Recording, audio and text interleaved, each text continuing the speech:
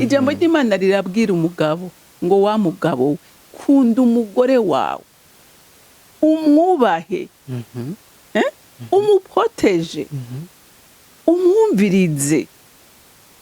Ariko ugasanga uwundi nta n'umunsi n'umwe ashobora no kwicarana ku meza n'umugore wiwe, ariko umuhabara amufitiye umwanya.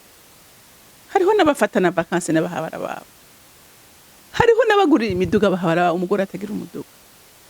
None iyo nzu igahara abantu kugira ngo genda umugabo je sinkeneye ko kumviriza umugore, ariko n'umugore atagira ubwenge no nyene asamba urugo rwiwe so umugabo wenyene. Aho hantu uhatebe cyane kuko mu bibiri kunda kuvuga ko cyane ivuga ku bagore. Oya ntivuga ku bagore, umugore naho yoba afise ingeso mbi umugabo arafise ububasha. Aho hantu ndahagize ikibazo kuko ubiravye Bibiliya yagiye ivuga cyane. Urabona umunyabwenge yitwa Salomo tuzi muri Bibiliya yagiye avuga cyane ku bantu b'abagore, kandi turabizi ko yarongoye abagore 1,000, ariko ageze ubwo avuga ku mugore yabavuze ko ibintu byinshi cyane ngo utuma bibera mu ishamba hakuza kubana n'umugore w'ingare. Kandi urabizi ko muri Samuel wa mbere nibaza ko ari muri Samuel wa mbere nyene aho havuga ko Dawidi yigeze kugomba kwica umuryango wo kwa Abigayili, ariko Abigayili yari umugore w'umunyabwenge bituma arokora urugo rwiwe. Ubiravye umva atari ikibazo c'umugore atari umugabo. Oya umviriza ndakubwira Salomo ikibazo yagize yagiye guhonja henshi. Iyo ukoze ku cubahiro c'umugabo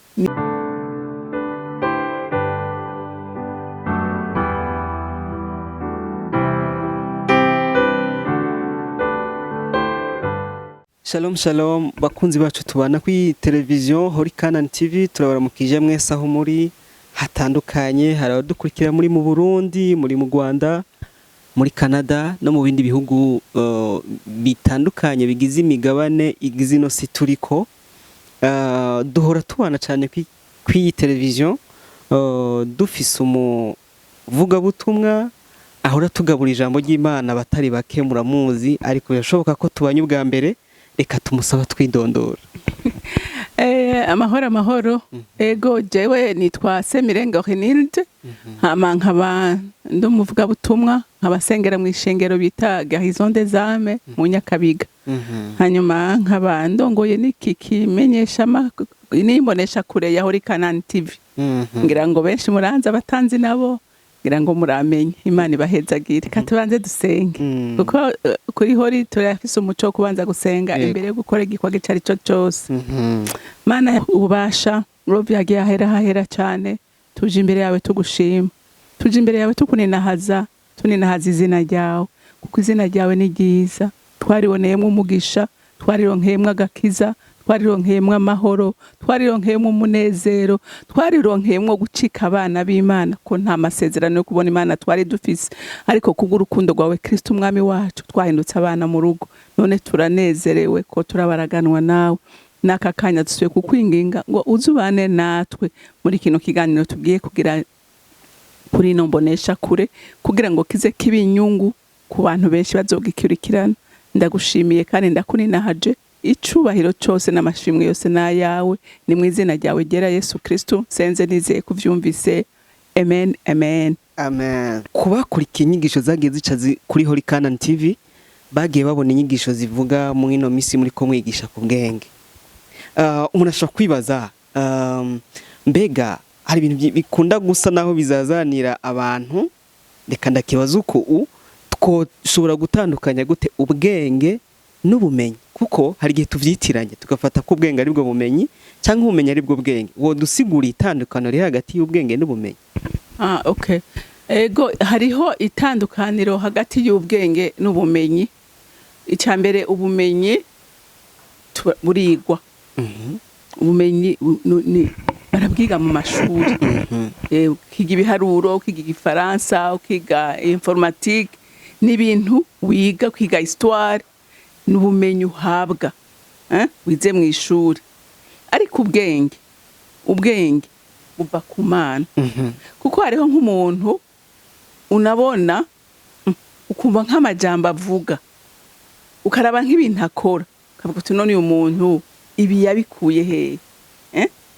ugasanga nta shure yigeze ajamwo canke nize n'ishure mugabo sivyo yize, ariko ubwenge buri muri we yahawe n'Imana, ugasanga uriko umukoresha ibintu bitangaje.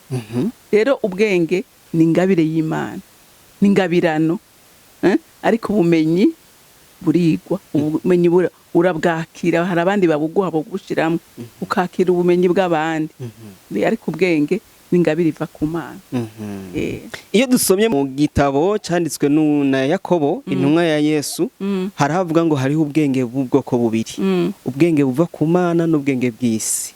Dufasha gushobora kumenya mbega ubwenge buva ku Mana buba bumeze gute, ubwenge buva bw'isi buba bumeze gute? Urumva ubwenge bw'Imana buramurikiwe, ubwenge bw'Imana bukora ibintu byiza gusa, ariko hariho ubwenge bw'isi, ubwenge bw'isi bugukora amanyanga, ugasanga umuntu arashaka kuguhenda, akaguhenda agakora ibintu ugatanga sinzi inga nkwereke.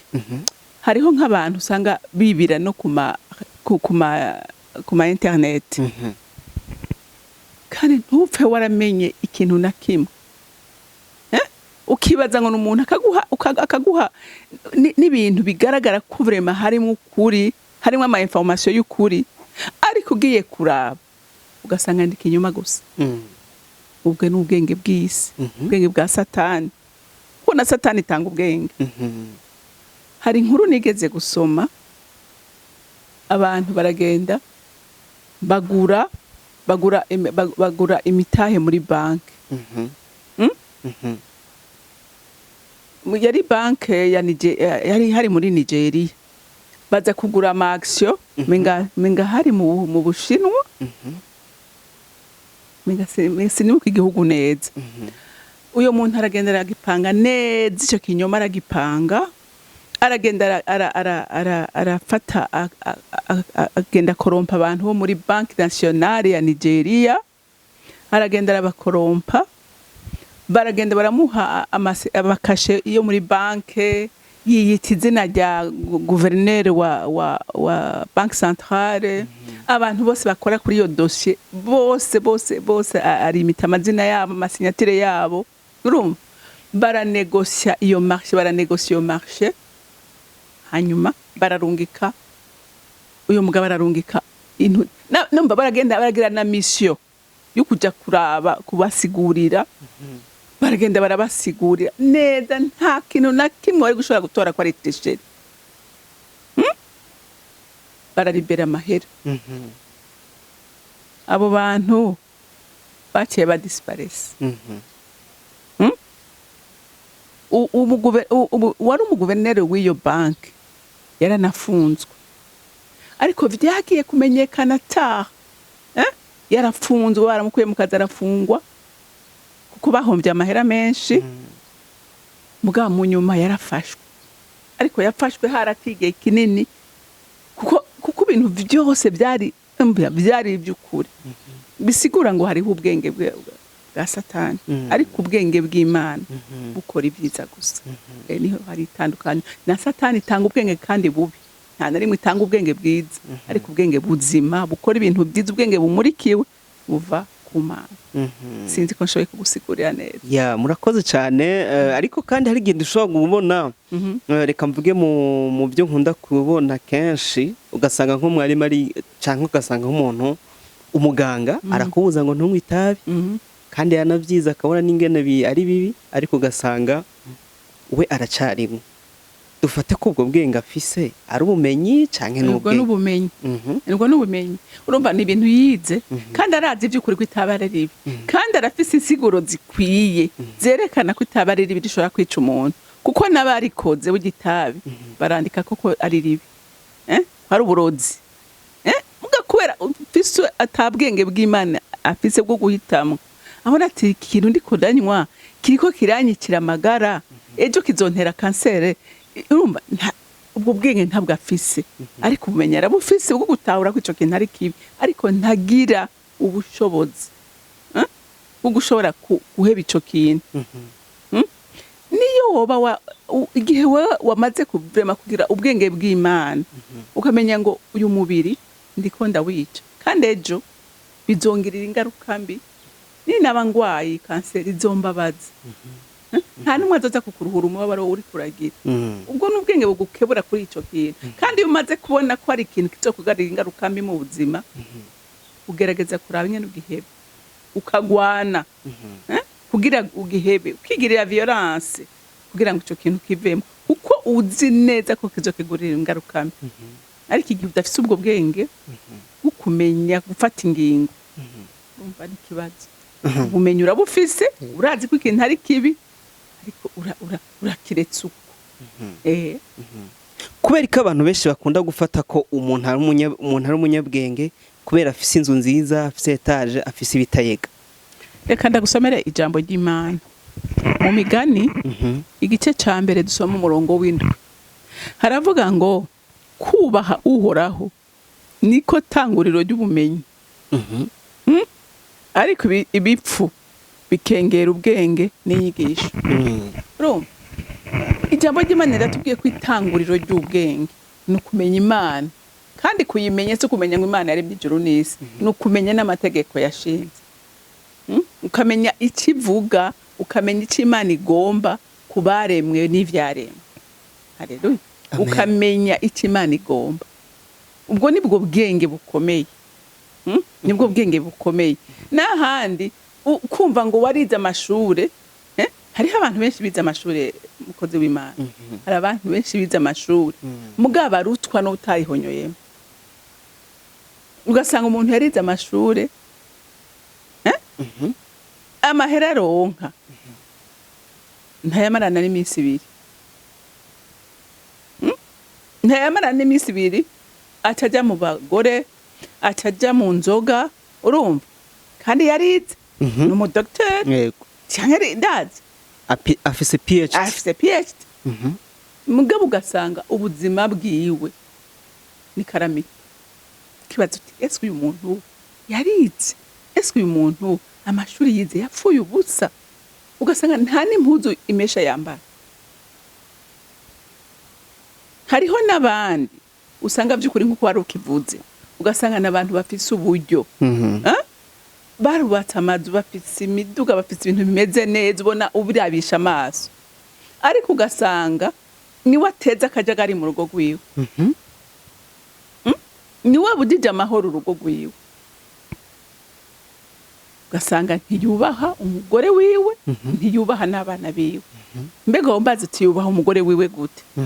Ijambo ry'Imana twabonye ko itanguriro ry'ubwenge no kubaha uhoraho ukagendera mu byagezwe vyiwe. Ijambo ry'Imana rirabwira umugabo ngo wa mugabo kunda umugore wawe umwubahe umuproteje umwumvirize ariko ugasanga uwundi nta n'umunsi n'umwe ashobora no kwicarana ku meza n'umugore wiwe ariko umuhabara amufitiye umwanya.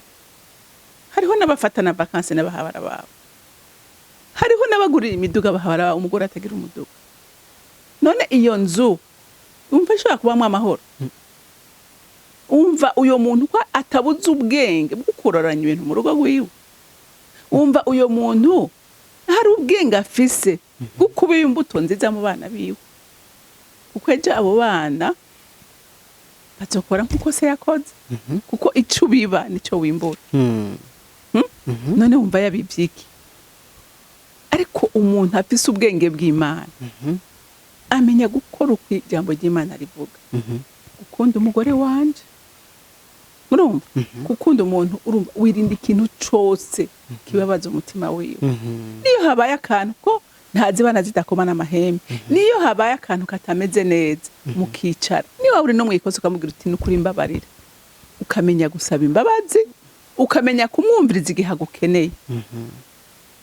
Igahara abantu kugira ngo genda umugabo je sinkeneye ko kumviriza umugore ariko umuntu w'ugabo w'ubwenge amenya guha umwanya umudamu akamubwira ikiri ku mutima wiwe ntatare munda kuko itaze munda atarura ngo iki ibiboze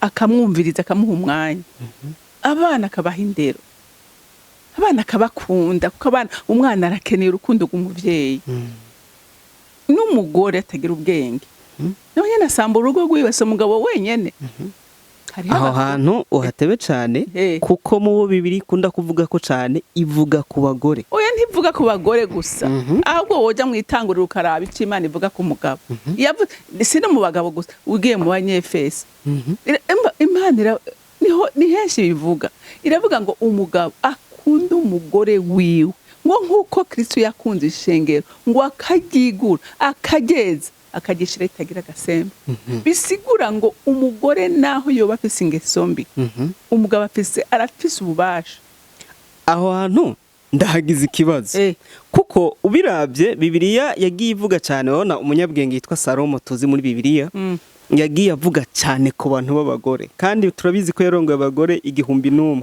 ariko ageze ubwo avuga ku mugore yabavuze ko ibintu byinshi cyane ngo utuma bibera mu ishamba hakuza kubana n'umugore w'ingare kandi urabizi ko muri Samweli wa mbere nibaza ko ari muri Samweli wa mbere nyene aho havuga ko Samweli Dawidi yigeze kugomba kwica umuryango wo kwa Abigayili ariko Abigayili yari umugore w'umunyabwenge bituma arokora urugo rwiwe ubiravye mva atari ikibazo cy'umugore atari umugabo oya mbiriza ndakubwira umwe wese arafise inshingano ziwe umwe wese kuko n'umugabo ashobora kwifata nabi urugo rukamera nabi uriko uravyumva Salomo ikibazo yagiye guhonja henshi sivyo agenda azana n'abanyamahanga kandi Imana itemera yazanye abagore benshi kandi igihe umaze kuzana abagore benshi tushobora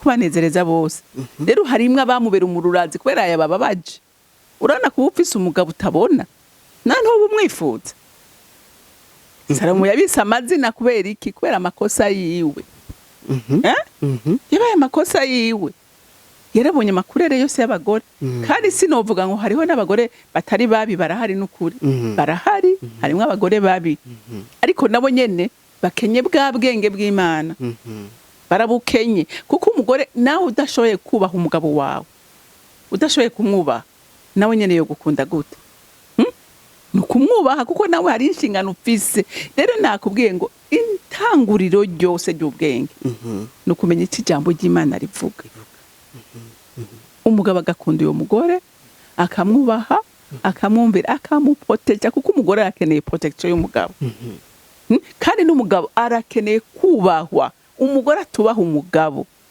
ni kibazo gikomeye iyo ukoze ku cubahiro cy'umugabo ni kibazo gikomeye ntacyo kukwemerera urinda kumwubaha naho uko yoba ameze kose wavuze kuri Abigayili ndakunda uyu mugore kandi abagore benshi bakwiye kumwigirako yari afise umugabo ari gito pe kuko ngo n'izina ryiwe yitwa Nabari isigura ngo ni gifu ni kigabo kiraho ariko yari yaramenye umugabo babana yari yaramumenye aramenya ati intege nke ziwe nanye nkeneye kuhagarara umva yari umugore w'ubwenge arumva ko ikibazo kibaye mu muryango arahaguruka arategura agenda guhura na Dawidi yarazanye ingabo 200 bafise inkota baje kurandura zina muhungu mu rugo kwa Nabari Abigayili abwira umuntu ati rukanke n'inguka jana ivyo bintu ndaje inyuma yawe ama ngo yikubita imbere yiwe ararambarara ati mwami wanje Nabari umugabo wanje ayo makuru sinigeze menya ko watumye ko mu rugo ati umugabo wanje nawe n'igipfu atitwa Nabari n'izina n'iryo muntu atumpangaze unyakirisha ikanwa ryanje uhangaze urugo rwanje ati kandi ntuvisha amaraso ati nta kizobuza na kimwe kuba umwami ariko ntuzoba ufise amaraso mu biganza byawe Dawidi yumva umutima w'uyu mugore ibona ubwitange bw'uyu mugore iravuga ati ndabiretse rero hari igihe umugore ahagarara hariho abagore bazokwitwaza ngo je nari bise umugabo ngo w'igipfu nari bise umugabo ameze gutya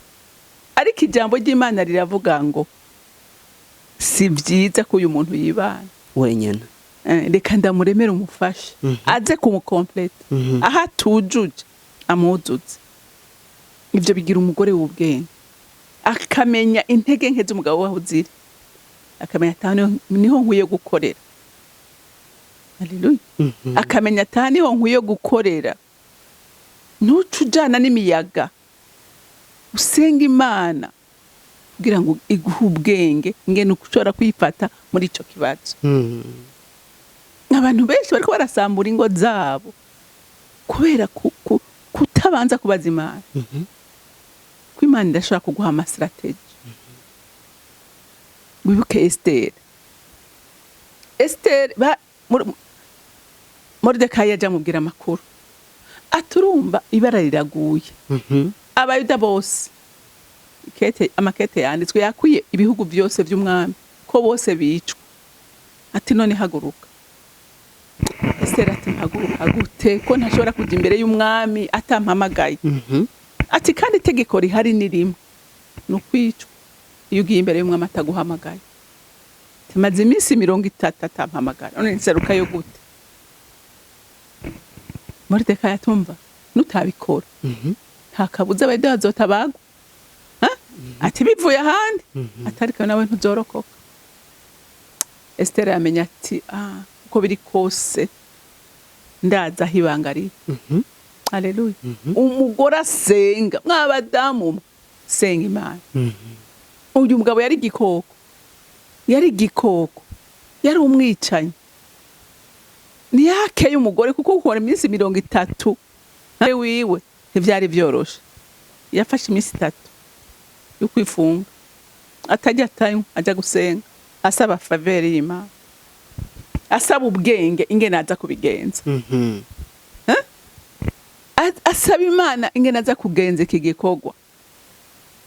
Imana ntiyamuhaye ubwenge, yaramuhaye ubwenge ingene abikora, kandi yavanye y'intsinzi. Rero birasigura ngo umugabo uko ari kose uzi ubwenge ugahagararana n'Imana, kuko Imana niyo yaguhaye, kandi yari izi ko wewe uzomubera inkingi imushigikira. Izoguha ubwenge bwo kubana nawe, izoguha ubwenge, izoguha strategy zose. Ariko igihe upfa kwiruka, igihe ujyana ishavu, igihe utabanza kubaza Imana, ni kibazo. Rero itanguriro ry'ubwenge no kumenya Imana no kugendana nayo mu byo ukora byose izo gushikira. Amen, amen. Iyo umuntu amaze gukizwa utubwa ibintu bikomeye cyane kungo. Iyo umuntu amaze gukizwa hari ibintu mwemu yaragenda mwigisha guhindura, kubera ko niwe atanga ingabire y'ubwenge. Tuganirize tubwire muri bwa buzima umuntu abarimwo, nko mu kazi ashobora kuba ari mujera acunga ubutunzi bwa societe canke entreprise. Yogira ubwenge gute ku buryo azotera imbere nawe agashobora kubaka akazu kiwiwe muri ya mahera make yahembwa, mugabo kandi ari nawe ajera y'amamiliyoni. Yogira ubwenge gute kandi bumurikiwe n'Imana butari mwicaha, ku buryo nawe ashobora kwiteza imbere akagira bya bindi bitayega? Urumva igitegeko ugira ngo nuko abantu bose baremewe kugira ibidahinda. Byose sibyo baremewe. Mbegura sizenze ko nakivuze uyu munsi canke nakivuze ejo. Mbegura urazi ko ni uyu munsi nakivuze. Mbegura urazi ko ari abantu bafise ibintu bitayega mugabo batagira amahoro. Batagira amahoro mugabo akabundi afise bike, afisemo amahoro. Wewe igihe ufise ubwenge bw'Imana, muri ibyo bike ufise, Imana iraguhera umugisha. Imana iraguhera umugisha. Ugasanga nutwo duke turakubereye umugisha. Nigeze kumva intahe z'umukozi w'Imana Rutayisire. Ndakunda kumuvuga ko ndamukunda kuko yigisha neza kandi afise n'intahe n'ubuzima wumva ari ubuzima bw'intahe. Ngo yigeze kuba agize afise projet arongoye, ngo yarimwo amamarché menshi. Hanyuma rero ugasanga abantu baramupropoza, akababwira tumviriza, jewe umushahara ndawufise, marché naguhaye urayimerita, wewe uzoyikore neza gusa. Ngo hariho ngo n'ubundi munsi ngo bamubwiye ko bariko barasakara, we yariko inzu iwe ngo ntiyari kwa amabati meza. baravuga ati reka tugusakarire hama tuzoshiramwo muri ayo yandi tuvyandikire hamwe ntange raporo ko byakoze ibikiko turakora. Arababwira ati jewe ati batirize rivugane n'irindi ko jewe iri batatarije narishizeko narikuye mu busuma ngo bamubwira ko atamugisha azogira. Arababwira ati jewe reka kugira umugisha gute narakijijwe. Bien ngira ngo jo bundi mwarabonye bamusezerera bamuhaye ijipe nshasha ijya niki n'agashimwe ko yabaye umwizigirwa. Rero nahuri Imana yashatse kuguhezagira ifise inzira nyinshi zo kuguhezagira abantu bayo. Irashaka no guhagurutsa abantu ku bwawe. Je numvise ko hariho niyo societe yakoramwo ko nabo nyene bamuhaye umuduga bamusezereye. Hanyuma yaranaronka n'utundi turaka n'umudamu we barubaka inzu. Donc Imana irashaka kugucira inzira muri ako kazi nyene ukora ikakugurira n'ibindi ku mpande bituma igushikana ku mugisha wifuza. Rero nibaza ngo n'ukuri ntihagire umuntu azokwitwaza ngo ntazotunga ngo kwera ativye. Twarabonye abavyivye uyu munsi ari misaka atani cyo bibamari ntimubazi basahuye bagasahura uyu munsi bamwe barahunze abandi bakabibanyaga. Urumva ibintu wivye nivyo wivye nyene. Ukiri kuri ico nyene hari umugano uvuga ngo utabeshe ntasumira umwana. Mbega uwo mugano ni mw'ubwenge umurikiwe? Oya nta bwenge burimo na gatoya. Nta urimo na gatoya n'imigani y'igipagani. Oya si.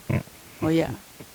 Umwana no kumwereka ukamwigisha gukora, ugakoresha amaboko yawe. Umwana akamenya ko ibintu by'ukwiba kwatamugisha ubamo ko kizira. Mugabo ni yakura abona uzana ibintu atazi niyo bivuye nazo birondera uko nyene. Cyane ko n'ubundi uvuga ngo mpemuke ndamuke. Oya siwo iyo migani siyo.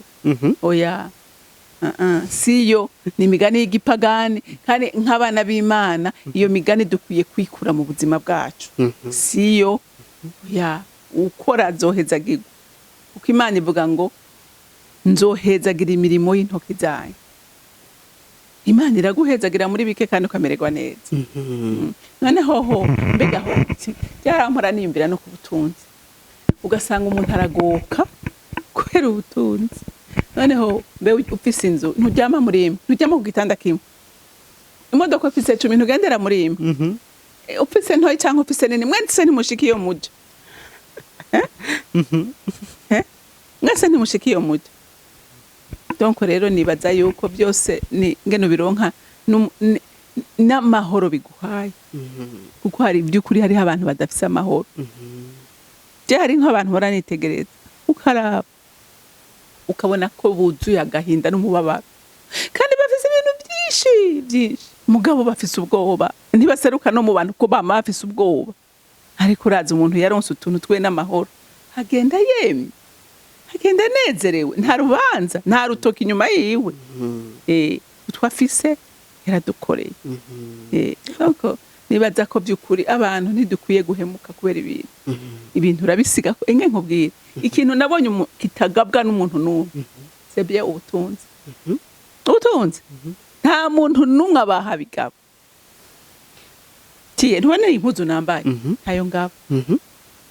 Nukuri ntayo ngabo gute bazi gituma ntayo ngabo ntubona nk'uyu mwanya jewe nogira ikibazo ngapfa ntukapfa singapfa ariko nzopfa. Urumva bambura icyo bashaka bakanyambika icyo bashatse. Sinavuga umva nta n'ikintu na kimwe abagupfuye agateka baguhamba muri serikeye ngiri zimbye.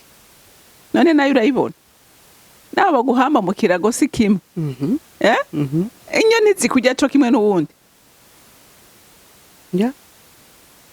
Ariko amahoro yo mu mutima ni ntaho usize. ivyo bikomeye. Wow. Tutarava ku kintu cy'umuryango nkundira tugaruke ku bana nabo. Ni gute abana bakwiye kugira ubwenge butangwa n'Imana kandi koko bakabera umugisha umuryango barimo. Umwana ijambo ry'Imana riravuga ngo wubahe so na nyoko. Wubahe so na nyoko kugira ngo urambe. Umwana tubaha umuvyeyi. Murumva ko ijambo ry'Imana ico rimubwira. Umuvyeyi yavuze mwubahe. Umuvyeyi ashobora kuba ari n'igitotiyeri. Ashobora kuba ari n'igito. Ariko kirazira nk'umwana kumuhangara. Kirazira kuko Imana irabibuza. Hariho akarorero muri Bibiliya umuntu yitwa Nowa. Nowa yari afise abahungu. Ngo hama umwe ngo bona se yaborewe umve yanyoye inzabibu ziramushika ngo n'impuzu ziramuvako. Umwana acariruka ati ndababwira ati papa ibara akoze ntajye mwotora atari gusa yaborewe umve ntazi icatsi n'ururu. Abo bakuruwe ngo bafata umutamana ngo bagenza umugongo bagenda bapfuka ubwambure bwase. Mbega urazi ko yavuma kwera yavuze ubwambure bwase bisigura iki? Papa we naho yogira intege nk'igute canke mama wawe ubahe. Kumuhanura si bibi mu rupfasoni muga kumuhangara. Hariho abana mpora numva batuka abavyeyi bakubita abavyeyi wikwegera umuvumo. Ubwenge rero bw'Imana bumenya ko ijambo ry'Imana rivuga ngo kirazira kikaziririzwa guhangara umuvyeyi. Ni inyungu yawe. Je mpora nkunda kubwira abamama kenshi nkagira mama wese emera ushobora kuba uri mu bibazo vrema. Hariho n'abantu wumva by'ukuri bagushingiye ntaho kumva baba mu buzima buteye ubwoba. Ubike ko yana bakubitwa. Hariho n'abakubitwa. Kubitwa urumva n'ibindi. Ubu urabona ko abantu babaye ibikoko bare bandi ega abantu benshi bari deprime. Hariho n'ushaka kukwica. Rero nkaho worabaho uburagiye. Ntiwitege urupfu. Mugabo hariho ibindi by'ukuri nk'umumama afise ubwenge bw'Imana. Uvyihanganira. Amukaje imbere y'Imana ukayibwira Imana ubu buzima nibwo wemeye ko mbaba. Tiye nukuri hariho benshi nukuri Imana ihindurira. Umaze kumva intahe z'abantu benshi. Bari bafise abagabo batabaho bibikoko. Ariko Imana ikabahingura. Hari intahe numvise. Navuze nti uyo mugore aragahezagirwa n'Imana. Asa ubwenge budasanzwe. Umugabo ngo yijyamanira n'umuyayi. Bagahengera hamwe mu gatiro kamwe kenshi kabisa umugore yakinjiyemo. Umugabo akacacomoka. Cyangwa ugasanga aratashe ari yivye akaza madame ari ku kazi. Ngundi munsi madame araza yaraje gutora dossier muhira asiga imodoka kwibarabara arinjira. Ngo yumva abakozi ngo bariko baravuga. Bavuga batuka umuyaya ati wagipfuwe urabona urugo rw'abandi ugomba gusambura bwe bariko baratukana. Umugore arumviriza acaramenya ko umugabo wajyamana n'umuyaya. Ngo hanyuma arataha nta na kimwe yamubwiye. Ngo acaragenda ngo umugabo yarahirikwa kuva muri misiyo danishasha ishuka rishasha. Hanyuma ngo samedi aravuga ateka tugira isuku. Ngo barakubura barakoropa inzu yose. Amahindura matera nshasha ashira ku muyaya afata ya mashuka y'umudamu umugabo yazana amashasha ayasasa ku muyaya. Umugabo ajayo asanga ryashuka niyo riri. Hanyuma ngo aramubwira ngo mbegane kubera iki kirije shuka nazanye warishashe hari. Umugore ngo acaramubwira terega wewe urabona abantu bose bo mu nzu hano ni wowe ubaganza bose n'abawe twese turabawe. Turumva rero ati n'ibintu byo ngaha nyene byose ivyawe nta na kimwe utagaba. Cyane gituma narishashe. Ntigeze amubwira ati wari usambana n'ujya mu gokobwa. asha ngo dimanche ngo acaramubwira ngo ndindira baca barajana mu muduga bajana kuri eglise ngo ashitseyo bahamagaye abihana ngo yabaye wa mbere umugabo arakizwa hama basezerera umukobwa urumva n'umugore w'ubwenge ikintu yabikoze mu bwenge bituma umugabo wiwe ahinduka rero nukuri umuntu afise ubwenge bumurikiwe amenya gukora ibintu neza rero igihe atagira ubwenge nk'ubu yacagwana agaca kubita umuyaya agatukana n'umugabo yamwimye akarima akora ibikorwa bimwereka ko byose yabimenye akogwa n'isoni rero nukuri dusengera ubwenge kandi Imana irabitwemerera avuga ngo utagira ubwenge nawe usabe hari ibintu tubamwo ibintu umuntu ashikamwo bigasaba ko arongorwa n'Imana kugira ngo agire ikintu cyose akora yego wow mutubwiye ibintu byiza kandi bikomeye duhava twegeza kurangiza ariko nkunde tuze kugaruka naho ku bakozi b'Imana nabo ku bakozi b'Imana yego uburyo bashobora gukoreramo Imana wavuze ko umukozi w'Imana ndi kuvuga urabizi neza uko bigenda ni gute umukozi w'Imana ashobora gukora Imana kuko turabizi dusomye mu ijambo ry'Imana muri Samuel nyene nibaza ko ari igice cya 2 gutyo kivuga ku mukozi w'Imana yitwa Eli yagize ubwenge mugabo ntiyabasha kurera abana be ngo nabavemwe abana bazima bashobora gufasha umurimo w'Imana nk'uko bikwiye abakozi b'Imana ni gute bakwiye nabo kwinginga Imana ngibaho ubwenge cyangwa ni kubera ki bose ubwenge bo kandi bitwa kumenga nibo bari bakwiye kuba bafise abakozi b'Imana barakeneye ubwenge cyane gose urazi igituma bakeneye ubwenge bahura n'ibintu byinshi bahura n'abantu benshi bahura n'ibintu byinshi intambara zikomeye rero nibo bantu ba mbere bakwiye gusenga ubwenge bw'Imana kugira ngo Imana ibarongore mu bintu byose bakora kuko hari n'ibintu byinshi bishobora no kubasamaza urabona umukozi w'Imana arashobora kumva umenga yotabara abaje bamwitura bose ariko ugasanga iwe yahibagiye mugabo ujya ishengero rya mbere rikomeye ni mu rugo iyo wewe uri umukozi w'Imana ntumenye ngo ntegerezwe gukora mu rugo kugira bo mu rugo banshigikire mu gikorwa biragoye ko igikorwa ushobora kugikora neza ibaze wewe dufate ukaja gusenga kuja kwigisha washwanye na madamu mbega ugiye gutanga iki ugacuba ngo nimumvugire haleluya haleluya ivuye he amen ivuye Imana ntimaba muri kumwe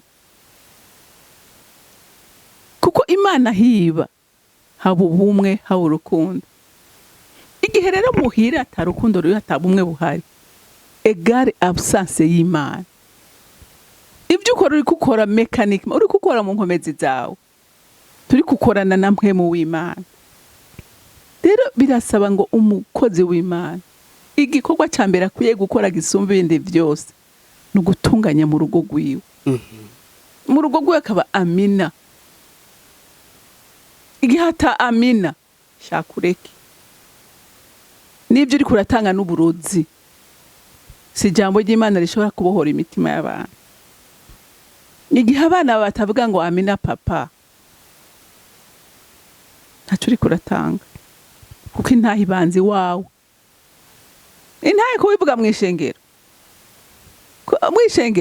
nta n'umwe atobishobora ahantu ucakanya urumva rero bisigura ngo nukuri ikintu cya mbere umuntu ukoze w'Imana akwiye gusenga ngo Mana mpubwenge bwo kumenya gutunganya urugo rwanje neza kuko ngo inyuma y'umugabo akomeye haba hari umugore inyuma akomeye asenga yinterceda umugabo ariko arigisha abana bamufasha igikorwa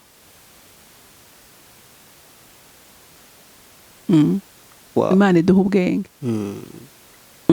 rero navuze ngo bahura n'intambara nyinshi burya na Satani arashobora kukurungikira abakozi baza kukugerageza usaba ubwenge Imana, Mana no muri ibi ndabigenze gute? Ko tuzi ko Imana yavuze ngo umusabyi wanje, umusabyi wanje ndamuhoza kwijisho. Haleluya. Amen. Umusabyi w'Imana, Imana imuhoza kwijisho ryayo, ntishobora kumurekura. Haleluya. Amen. Reka dusome ngaha aye kuri iki gice ca mbere, dusome kuva ku murongo wa 29 dushikane ku murongo wa 33. Dusome hehe? Mu Migani. 29 haravuga ngo nuko kuko bagiriye ugwanka ubwenge, ntibahitamwo kubaha Uhoraho, bakanka inama zanje, bagakengera ukwihanikiriza kwanje kose, ngo nico gituma bazojya kuvyo inzira zabo zeze, bazohaga akazikira kabo. Urumva igihe wowe udahaye ubwenge bw'Imana ngo bushira imbere, urya ujya ibivuye mu kutubaha kwawe, kuko Imana ntihagarana nawe mu rugamba urimo. Mugabo igihe wemeye ukarongorwa n'ubwenge bw'Imana, Imana yavuze ngo abanje sinzogora ndabareka bonyene. Amen. Urumva ngo gukomantaza imitima kwimbura bwenge kuzozica, kandi ukumererwa neza kw'ibipfu kuzobihonya. Urumva hari aho ubona mw'ishengero unezerewe, abagore bakuririmbira, bakwiye kubita imbere, imisore inkumi bagutwaza ibitabo, urumva, ariko ntumenye ko ari umutima uri kurakomeretsa, ntumenye ko ari umutima uri kurakomeretsa, uzojya ibyo ubupfu bwawe bweze. Kandi wari uzi ngo ibintu ni haleluya, kugira ngo muri iyi minsi urabibona ngene byiriko biragenda, ingo z'abakozi b'Imana zirageramiwe kubera batamenye kuba kwizamu. Umwansi abahiga ijoro n'umurango, ngo ariko uwuntega ugutwi wese azoba amahoro.